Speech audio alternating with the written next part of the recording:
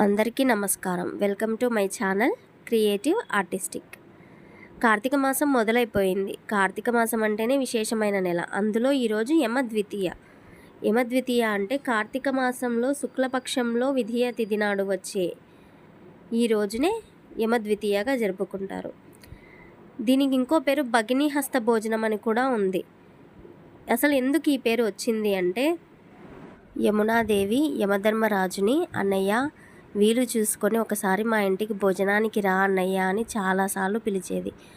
యమధర్మరాజు బిజీగా ఉండడం వల్ల ఒకరోజు వీలు చూసుకొని యమునాదేవి ఇంటికి వెళ్ళడం జరిగింది. అది ఈ రోజే కావడం యమద్వితీయగా పిలవడం జరుగుతుంది. అలా యమునాదేవి యమధర్మరాజుకి విశేషమైన పిండి వంటలు, తనకిష్టమైన వంటలన్నీ చేసి తినిపించి చాలా ప్రేమగా ఆ రోజంతా గడుపుతారు. అది చూసిన యమధర్మరాజు, వారిది దేవతా సంబంధం కదా, నీకేం వరం కావాలో కోరుకో తల్లి అని అడుగుతాడు.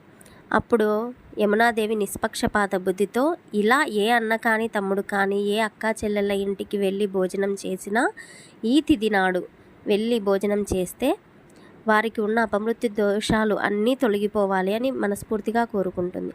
అది విన్న యమధర్మరాజు, నీ నిస్వార్థ బుద్ధికి ఆనందిస్తున్నాను తల్లి అని చెప్పి, ఇలా ఎవరైతే తన అన్నయ్యను కానీ తమ్ముని కానీ పిలిచి భోజనం పెడతారో ఆ అక్క చెల్లెళ్ళు నిండు నూరేలు సౌభాగ్యంతో వారి మంగళసూత్రానికి ఎటువంటి అపాయము లేకుండా వర్ధిల్లుతారని మనస్ఫూర్తిగా వరమిస్తాడు.